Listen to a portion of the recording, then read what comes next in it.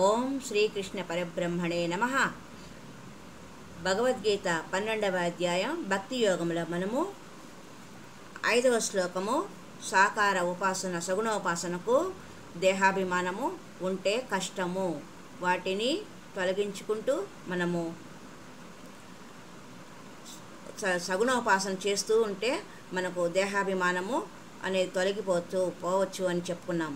ఆ భగవద్గీతలో 12వ అధ్యాయంలో 6వ శ్లోకమైన ఏతు సర్వాణి కర్మాణి మయి సన్యస్య మత్పరాః అనన్యే నైవ యోగేన మాం ధ్యాయంత ఉపాసతే. సర్వకర్మలను నాయందే సన్యసించి నన్నే పరమలక్ష్యంగా పెట్టుకొని అనన్యమైన యోగంతో ఎవరైతే నన్ను ధ్యానిస్తూ ఉపాసిస్తారో వారికి సగుణోపాసన చేసే అవకాశం కలుగుతుంది, దేహం పట్ల అభిమానము తగ్గుతుంది అని శ్రీకృష్ణ భగవానుడు చెప్పినారు. మానవుడంటే తన నిజస్వరూపాన్ని తెలుసుకొనుటకు ప్రయత్నించేవాడు అని అర్థం. మానవుణ్ణి వ్యక్తి అని కూడా అంటాం కదా. వ్యక్తి అంటే అవ్యక్తమైన పరమాత్మను వ్యక్తం చేసుకొనుటకు లేదా సాక్షాత్కరించుకున్నటకు ప్రయత్నించేవాడు. మానవ జన్మ యొక్క లక్ష్యం సాక్షాత్కారము. ఆత్మవిచారణ ద్వారా ఆత్మ సాక్షాత్కారాన్ని పొందాలంటే ఒక మానవ జన్మకే సాధ్యం. దేవతలకు కూడా ఈ అవకాశం లేదు. వారు ఆత్మ సాక్షాత్కారాన్ని పొందాలంటే దేవతలు కూడా మరలా మానవులుగా జన్మించాలి. తెలిసిన విషయమే కదా. కృష్ణుడు, రాముడు మానవులుగా జన్మించారు.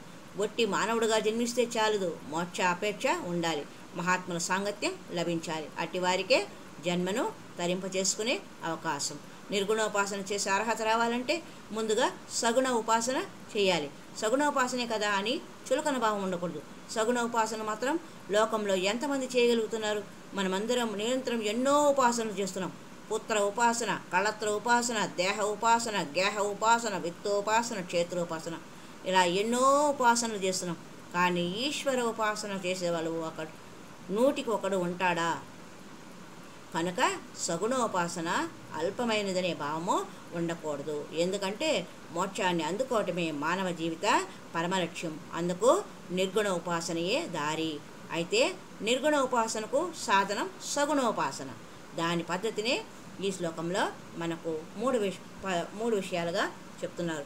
సమస్త కర్మలను పరమాత్మయందే సన్యసించాలి, పరమాత్మనే పరమగతిగా ఎంచుకోవాలి, అనన్య చిత్తంతో పరమాత్మను ధ్యానిస్తూ ఉపాసిస్తే మనకు సగుణోపాసన సాధ్యమవుతుంది అన్న విషయము మరి యొక్క సంచికలో ఈ విషయాల గురించి విపులంగా తెలుసుకుందాం. హరి ఓం తత్సత్.